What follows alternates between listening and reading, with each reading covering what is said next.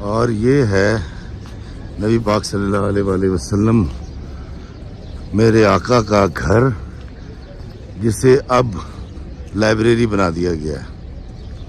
और इस लाइब्रेरी को दिन में खोला जाता है मखसूस औकात में, रात को ये बंद होती है।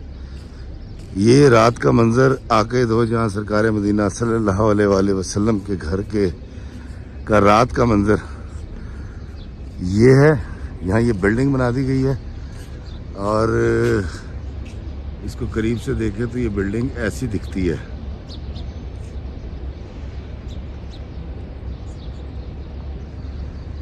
और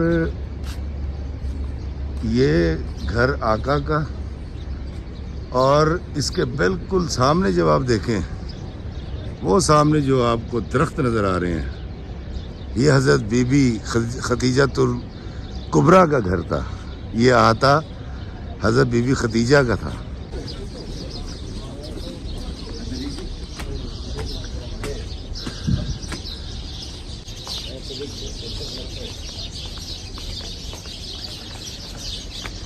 ये हज़रत बीबी खदीजा, ये वाला वो अहाता जो मैं आपको बता रहा था, हज़रत बीबी खदीजा के घर के अहाते को इन्होंने इस तरह से ताला लगा दिया, सेव कर लिया है। अंदर से मैं दिखा नहीं सकता, ये ऐसे दिखता है, ये देखें। और इस अहाते में आपको वो सामने जो है वो मिलेगा, जो चीज़ें गुम जाती हैं वो यहाँ, और यहाँ से आप वसूल कर सकते हैं। ये देखें, और यहाँ पर भी नमाज हो रही है। दोस्तों, ये हमारे आका करीम का घर, ये हज़रत बीबी खदीजा के घर में के अहाते में उगे हुए दरख्त हैं। गिलाफ काबा को बनाने में 125 किलो चांदी और 100 किलो खालिस सोना इस्तेमाल होता है। यहाँ पर वसीम बादामी से अचानक मुलाकात हो जाना एक नहायत खुशगवार वाक़या था। यहाँ के इंचार्ज ने, जो कि अरबी हैं, हमारी बड़ी इज़्ज़त अफजाई की और मेरा सर फ़ख्र से बुलंद हो गया। ये खाना काबा का जो धागा है, जो उसमें इस्तेमाल होता है गिलाफ काबा के लिए, वो धागा है। ये देखें, यहाँ मैं गिलाफ काबा को ना सिर्फ देख सकता था, छू सकता था, बल्कि टाँका भी लगा सकता था, जो मैंने लगाया। मेरे पीछे आप बिल्डिंग देखें, एक पहाड़ के आगे बनी हुई एक फैक्ट्री है जिसका नाम है मुजम्मा अल मलिक अब्दुल अजीज़ लिकिस्वा अल काबा अल मुशर्रफ। ये एक कपड़ा बनाने की फैक्ट्री है, लेकिन इसके अंदर क्वालिटी क्या है, यहाँ पर गिलाफ काबा सिया जाता है। कस्बा काबा यानी गिलाफ काबा बनाने वाली इस फैक्ट्री में दाखिल होना किसी भी पाकिस्तानी हाजी के लिए बाइसे फ़ख्र बात है, और मैं इस फैक्ट्री में दाखिल हो रहा हूँ। मेरे लिए ये बात एक ख्वाब से कम ना थी। हमेशा सोचा करता था कि जब भी उम्रा पर जाऊँगा तो उस जगह पर ज़रूर जाऊँगा जहाँ पर गिलाफ काबा बनाया जाता है, और आज मैं यहाँ मौजूद हूँ। दोस्तों, पहले इस फैक्ट्री का नाम कुछ और था, मगर बाद में शाह सलमान ने गिलाफ काबा बनाने वाली फैक्ट्री का नाम तब्दील करने का शाही फरमान जारी किया, और उसके बाद इसका नाम किंग अब्दुल अजीज़ कम्प्लेक्स बराए कस्बा मतलब गिलाफ काबा रखा गया। तारीख़ हमें बताती है कि सफ़ेद, सुर्ख और सब्ज़ रंग का भी गिलाफ काबा हुआ करता था, मगर चूँकि वो रंग जल्दी मैले हो जाया करते थे, इसलिए इसका रंग काला कर दिया गया। इसका रेशम का धागा जो है उससे कपड़ा बनाया जाता है, और एक गिलाफ काबा को बनाने के लिए 670 किलो खालिस रेशम की ज़रूरत होती है। रेशम और सूती धागों का म्यार बरकरार रखने और मौसमी असरात का मुकाबला करने के लिए इसके मुतादिद टेस्ट भी किए जाते हैं, और इस्तेकाम को यकीनी बनाया जा सके। मेरा बड़ा बेटा अली मेरे साथ मौजूद था। हम दोनों बाप बेटे गिलाफ काबा को छू सकते थे, महसूस कर सकते थे, दुआ कर सकते थे। मैं इफ्तिखार अहमद उस्मानी, एक पाकिस्तानी, इनका बहुत शुक्रगुजार हूँ। शुक्रन। और जो इज्जत अफजाई यहाँ पर आकर हुई है, एक बेसिक पाकिस्तानी, मुझे मेरा सर फख्र से बुलंद हो गया जब इन्होंने कहा पाकिस्तान जिंदाबाद। 1416 में गिलाफ काबा का ये नमूना है, और ये जो कैलीग्राफी थी अब्दुल हमीद अमीन ये मेरे ख्याल इनकी डेथ हो गई, मुसलमान पाकिस्तानी थे और कैलीग्राफी किया करते थे। ये है वो मैदान जिसमें ज़िंदा दरगोर किया जाता था बच्चियों को, और यहाँ के रहने वाले जंगली जाहिल बद्दू लोग आका करीम की आमद से पहले इस मैदान में अपनी बच्चियों को उनके भाग जाने या अपनी जायदाद के डिवाइड हो जाने या उनके किसी गलत कदम उठा लेने के खौफ से, मतलब उठाती नहीं थी, अपनी बच्चियों को ज़िंदा दरगोर कर दिया करते थे। वो ये मैदान है। मैं पहले भी यहाँ आया था, लेकिन ये मैदान मैंने पहली बार देखा और मैंने तहकीक और तस्दीक के बाद पता चला कि ये वो मैदान है जिसमें बच्चियों को ज़िंदा दरगोर किया जाता था। दोस्तों, बुरे काम का बुरा नतीजा होता है और बुरे को अल्लाह हमेशा निशान इबरत बना के रखता है। दुनिया में भी उसको जूते पड़ते हैं और आखिरत में भी सज़ा का मुस्तहिक ठहरता है। अब मैं आपको दिखाने लगा अबू जहल का घर। जी आप देखें कि उस अबू जहल का जो आक़ा दो जहां सरकार मदीना सल्लल्लाहु अलैहि वसल्लम का मुखालिफ था, उसका अंजाम क्या हुआ। ये देखें, ये है उसका घर, ये है अबू जहल का घर। और सीधे हाथ पे अगर दिखाएं तो ये सारी वाशरूम बना दिए गए हैं अबू जहल के घर की जगह पर, उसके प्रीमिसेस पर। और आप ये देखिए कि यहाँ पर दाएं और बाएं उसके घर को डिवाइड कर, क्योंकि उसका घर बहुत बड़ा था। वो देखें वहाँ तक दाएं हाथ, और फिर अगर इस तरफ देखें तो ये देखें, ये सारे वाशरूम बना दिए गए हैं यहाँ पर, और ये रास्ता बाहर को जाता है।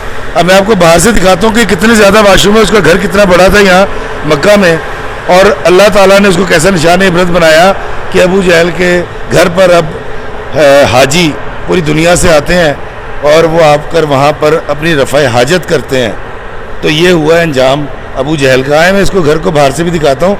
ये घर इसलिए कह रहा हूँ कि यहाँ पर अब लैट्रिन बन चुकी हैं।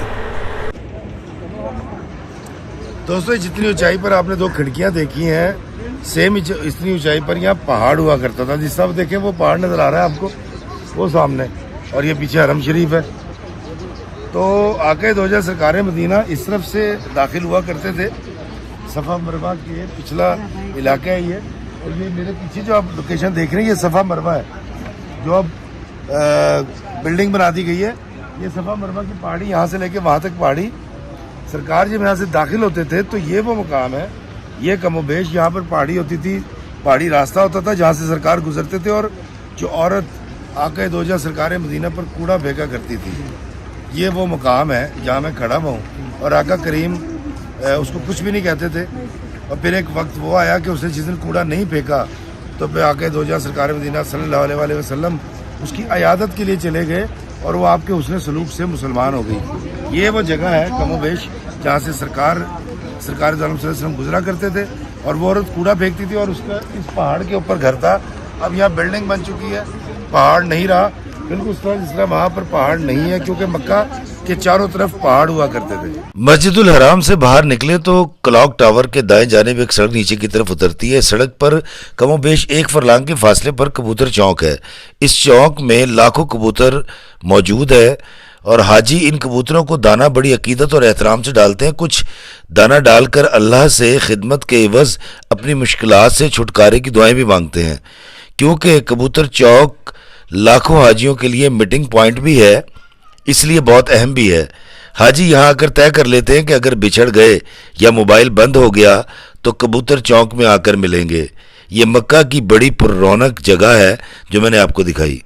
मेरे सामने मौजूद है जन्नतुल मौला, इसको जन्नतुल माला अरबी में कहते हैं, और ये है मक्का का कदीम कब्रिस्तान जहाँ पर बहुत बहुत जय्यद सहाबा दफन है। और यहाँ पर कहा यह जाता है कि आक़ा दो जहां सरकार मदीना सल्लल्लाहु अलैहि वसल्लम के 2 बेटे यानी 2 शहजादों की भी कब्रें हैं, और यहाँ पर हज़रत बीबी खतीजा की भी कब्र है, लेकिन वो सुना बंद कर रखी है। इस मस्जिद का नाम है मस्जिद जिन। इसके करीब भी चलते हैं। जो मीनार आप देख रहे हैं मस्जिद जिन का मीनार है, और इस मस्जिद को नबी पाक सल्लल्लाहु अलैहि वसल्लम के दौर से लेके आज तक कई बार रेनोवेट किया गया है, लेकिन ये तकरीबन 1450 सवा 1400 साल पुरानी मस्जिद है। नबी पाक सल्लल्लाहु अलैहि वसल्लम ने ना सिर्फ यहाँ नमाज़ पढ़ी है पढ़ाई है, बल्कि यहाँ पर एक बड़ा मशहूर वाक़या भी हुआ था। और वाक़या जो तारीख़ में बयान किया जाता है मस्जिद जिनके हवाले से, वो कुछ यूँ है कि यहाँ पर एक जिनों की जमात ने आक़ाए दो जहां सरकार मदीना सल्लल्लाहु अलैहि वसल्लम के हाथ पर इस्लाम कबूल किया था। आए मैं आपको लेकर चलता हूँ इसके अंदर भी जो इनका एक रिवायती दौर था कदीम, ये उसकी गमाजी करता है। ये बड़ा खूबसूरत मनाजिर होंगे यहाँ यकीनन। शाह फैसल की तस्वीर, खाना काबा में पानी आया हुआ है और ये देखें गर्दन अज़राई लोग डूबे हुए हैं। ये वो सूत है जिससे खाना काबा के ग़िलाफ़ की कढ़ाई होती है। दोस्तों ये वो ताला है जो खाना काबा में लगाया जाता था। ज़रा इसको करीब से ला के दिखाइए इस खाना काबा के ताले को। ये खाना काबा में सवाल होता है, ऊपर से देख के दिखाइएगा ज़रा। ये ताला खाना काबा के दरवाज़े पर लगाया जाता था। ये तलवार है जी जुल्फ़कार, हज़रत अली की जुल्फ़कार का मेरा ख्याल है ये यकीनन एक मॉडल होगा। असल जुल्फ़कार तो मेरा ख्याल ये नहीं हो सकती, जो शायद हो भी मुझे नहीं पता, लेकिन बिल्कुल दो मुंह वाली, ये देखें इसकी दो धारी हैं, मतलब दो मुंह वाली तलवार है। इसके बारे में कहा जाता है कि ये हज़रत अली की तलवार है और बहुत भारी है, नहीं उठा सकता। ये देखें फाइटर के लिए, जिस्म को बचाने के लिए एक अपर है। ये देखें ये मैदान जंग में जब तीरों से भालों से लड़ाई होती थी उस दौर की तर्जुमानी करता है। और ये हज़ारों साल से ये जंगें इन तीर तलवारों से लड़ी जाती रहीं। ये ग़िलाफ़ काबा से लिए गए ये सारे टुकड़े ग़िलाफ़ काबा के हैं, ये वहाँ से लिए गए हैं। और देखें ये सबसे बड़ी अरबों के तहज़ीब का एक हिस्सा ऊँट। ये बड़ा प्यारा जानवर होता है, बड़ा खूबसूरत जानवर होता है और बड़ा सीधा और प्यारा जानवर होता है। इसके बारे में कहते हैं कि ये मोहब्बत करने वाले से मोहब्बत करता है, लेकिन ये अगर कीना रख ले तो फिर ये छोड़ता नहीं है। तो अक्सर हम सुनते हैं ऊँट की कीना बड़ी मशहूर है। ये ऊपर यहाँ के जो सलमान बादशाह हैं उनकी तस्वीर है ये। दोस्तों मैं आपको एक बड़ी ही ख़ास जगह दिखाने लगा हूँ। हरम शरीफ में जो पहले के पिलर और उसकी जो चीज़ें यहाँ पर महफूज कर ली गई हैं वहाँ से उतार के, क्योंकि अब उसकी तजदीद में राइश कर दी गई। ये जालियाँ आप देख रहे हैं, ये हरम शरीफ की जालियाँ, ये पत्थर हरम शरीफ के पत्थर, असल पत्थर जो पहले से लगे हुए थे। ये देखें ये वाले पत्थर भी हरम शरीफ के हैं। ये पिलर जो आप देख रहे हैं हज़रत उस्मान गनी के दौर में, दौर हुकूमत में ये वाले पिलर थे जो यहाँ पर अब रख दिए गए हैं लाकर। ये तीनों पिलर आप देख रहे हैं और ये पीछे स्पीकर्स हैं, मुख्तलिफ़ दौरों से गुजरे वो स्पीकर्स। और ये वाला जो बड़ा स्पीकर आप देख रहे हैं भोपू टाइप पीछे तक गया हुआ है, ये भी हरम शरीफ से उतार कर अब यहाँ पर सेव कर लिया गया है। कब्रों की तख्तियाँ ऐसे हुआ करती थी, ये ख़ास अंदाज़ था, उस पर लिखाई की गई है। हरम शरीफ की ये जालियाँ, ये वाली, ये हरम शरीफ के अंदर जो पानी के से गुजरगाहें जो बनी हुई है उसके ऊपर से गुजरने के लिए ये वाली इस्तेमाल होती थी। और ये वाली जालियाँ भी हरम शरीफ की हैं। ये जो आप देख रहे हैं वो तख्ती भी, ये वाली जो सिल है ये भी हरम शरीफ से लाया गया। और ये मैं आपको बताता हूँ कि हरम शरीफ के अंदर ये पत्थर भी था और इस पत्थर के बारे में कहा जाता है ये बहुत पुराना, शायद उसी दौर का पत्थर है, खुलफाए राशिदीन के दौर का। और ये पत्थर ये देखें, इसको यहाँ पर लाकर महफूज कर लिया गया और म्यूज़ियम में रख दिया गया। ये पिलर है खाना काबा के जो 3 सतून थे उनमें से एक सतून, ये ज़रा अगर अंदर से हम दिखा सकें, देखिएगा ज़रा उसके ऊपर जाके, ये सतून जो है ये आप देख रहे हैं लकड़ी का, और ये खाना काबा का वो वाला सतून है। दोस्तों मुझे यकीन है कि आज की वीडियो आपको बहुत पसंद आई होगी, क्योंकि इस वीडियो में रसूलुल्लाह के घर के अलावा बाकी तमाम ज़ियारात जो मैंने आपको दिखाई हैं वो आपके लिए यकीनन बिल्कुल नई होंगी। अगर आपको मेरी ये वीडियो अच्छी लगी हो तो मेरे लिए दुआ कीजिएगा। 27 अप्रैल से शुरू होने वाले मेरे यूरोप के दौरे को ज़रूर फॉलो कीजिएगा। अल्लाह में आसानियत अता फरमाए और आसानियत तकसीम करने का शर्फ अता फरमाए। आमीन। अस्सलामु अलैकुम व रहमतुल्लाहि व बरकातुहू।